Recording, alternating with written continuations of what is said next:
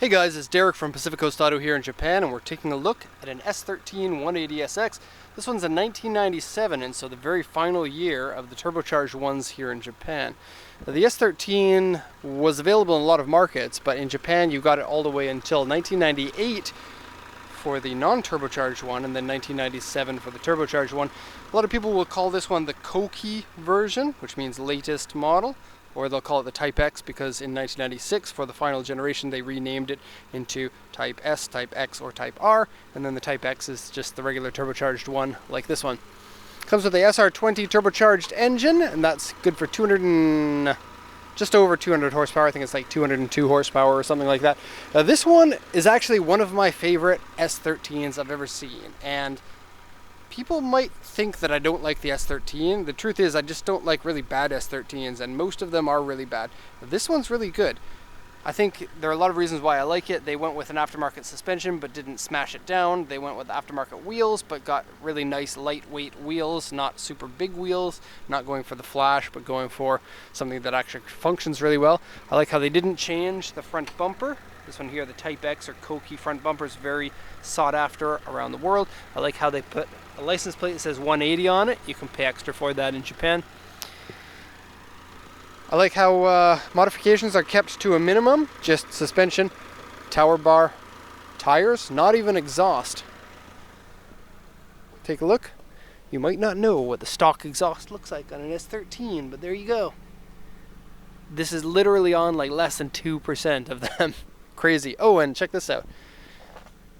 You get that badge on the Kouki version because that's when Nissan made this badge. It was during the life cycle of the S13, I suppose.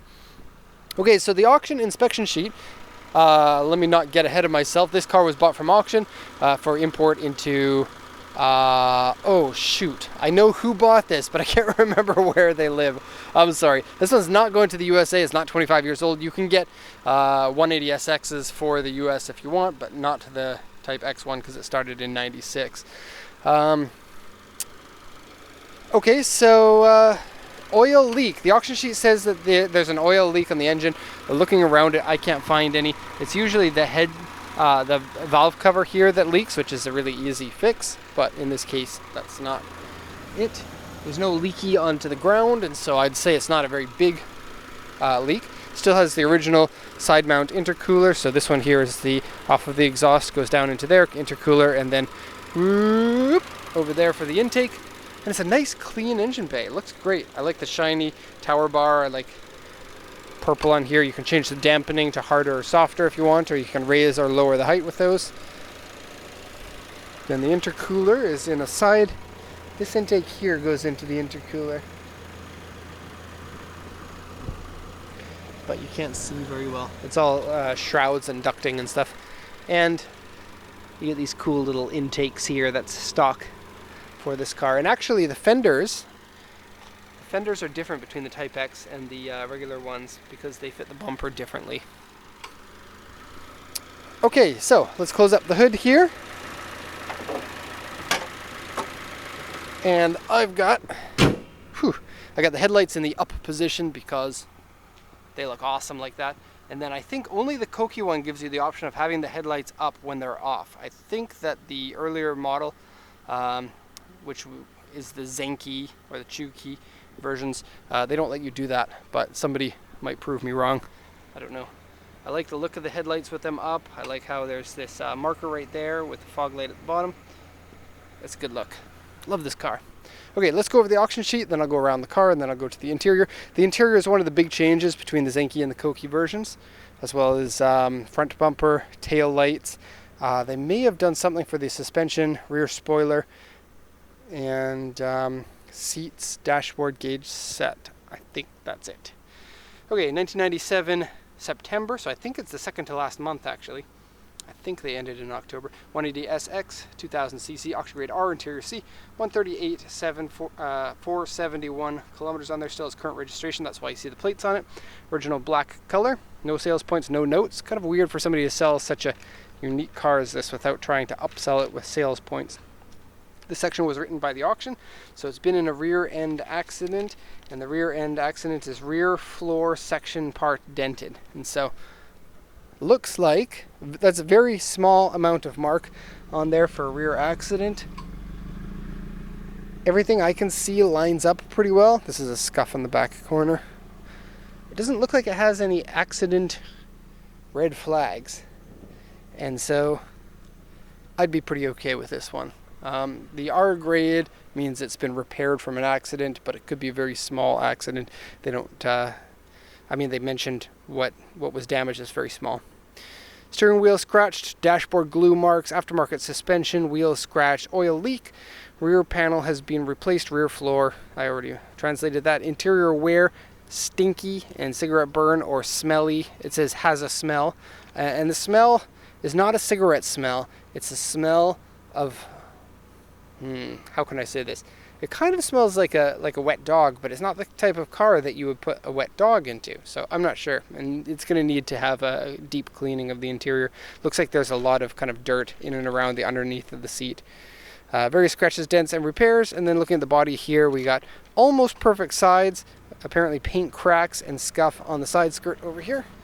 So these, you can see very minor paint cracks there. That's nothing that I would worry about.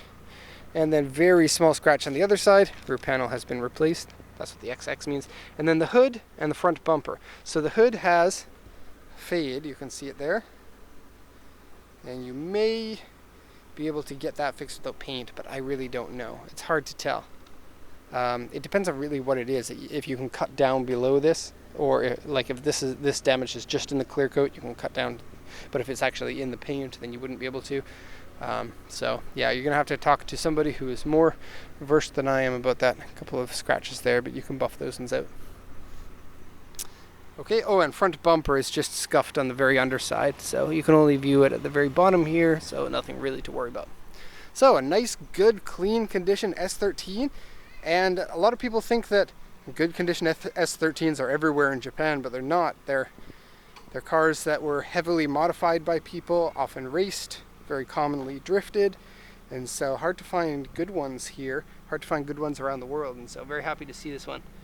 These taillights are the Kouki version, and I love them. They light up with the circles, sort of the same as the FC lights up as circles for the late model. I guess it's a late model thing. Rear spoiler's cool. It's not amazing, I think. It's just cool.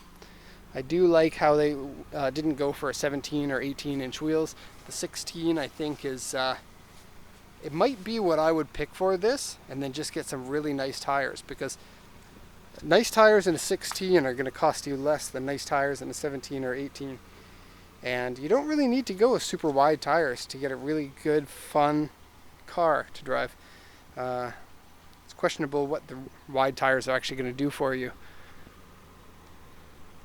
And a lot of people think that they're better drivers than they actually are, and so if you go for a tire with a higher limit, you might find that your skill is not there for the benefit of that bigger, wider tire.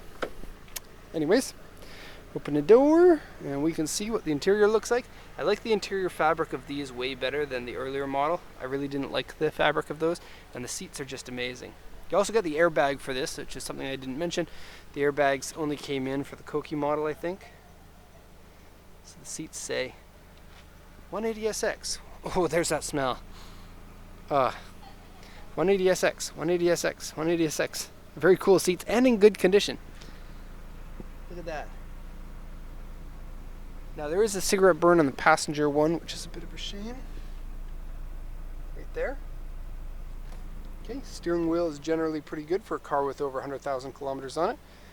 And I really like the old version of the dashboard, just because of how classic and old it looks. But this is a more modern and cool looking dashboard compared to the old one. The old one had like exposed LEDs for the warning lamps. Also, the dashboard is not cracked. It's one of 100 Silvia S13s without a cracked dashboard. If you have one without a cracked dashboard, you can give yourself a thumbs up, because you're cool. Stickiness on here, this probably you can peel it off, but be very careful peeling it off that you don't crack your dashboard. So maybe take it to somebody who knows how to do it. AC is good. Power steering is very smooth. Oh, it's so nice. You can't get that nice power steering feeling back on a car that's been abused. Or maybe you can, I just don't know how. Pedals of the appropriate number. And 180SX floor mats. Looks cool. This has been ripped by somebody with very aggressive palms. Folding mirrors. And those fold. Aftermarket CD player. Nothing much else to talk about there. Oh, ouch! I hurt my hand somehow. I'm not going to mention how I hurt it, actually. That would be a dumb idea. Okay, back seats are nice. The two-tone is very good looking. And the seat is proper. The earlier models don't do this, but the seat actually clicks into the appropriate position back. And to me, that's really important, because I hate when you adjust your seat to what you like, and then you have to fold it, and then when it clicks back in, it's not in the exact same position. And then you're always wondering, is this how I like it, or do I like it one notch closer or one notch further away? I like how you get a trunk that's like twice the size of a Supra or a Fairlady of this generation, especially since this car is smaller than those two cars. Spare tires in there, no signs of rust underneath. And let's take a look at those taillights again, because they're cool.